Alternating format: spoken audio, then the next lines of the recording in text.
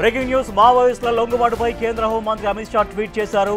ఛత్తీస్గఢ్లో 170 మంది మావోయిస్టుల లొంగుబాటు, నిన్న మహారాష్ట్రలో 61 మంది మావోయిస్టుల లొంగుబాటు వంటి అంశాలను తన ట్వీట్లో ప్రస్తావించారు.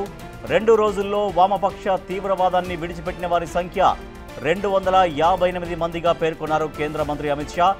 2026 మార్చి 31లోగా నక్సలిజాన్ని అంతమొందిస్తామని తన ట్వీట్ ద్వారా తెలియజేశారు కేంద్ర మంత్రి అమిత్ షా.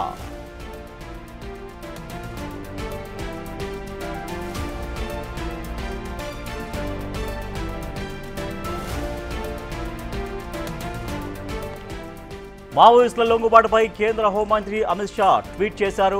ఛత్తీస్గఢ్లో 170 మంది మావోయిస్టుల లొంగుబాటు, నిన్న మహారాష్ట్రలో ముఖ్యమంత్రి దేవేంద్ర ఫడ్నవీస్ సమక్షంలో 61 మంది మావోయిస్టుల లొంగుబాటు వంటి అంశాలను తన ట్వీట్లో ప్రస్తావించారు.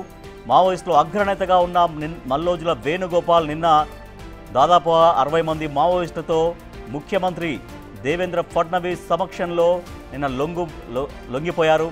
2 రోజుల్లో వామపక్ష తీవ్రవాదాన్ని విడిచిపెట్టిన వారి సంఖ్య 258గా పేర్కొన్నారు అమిత్ షా.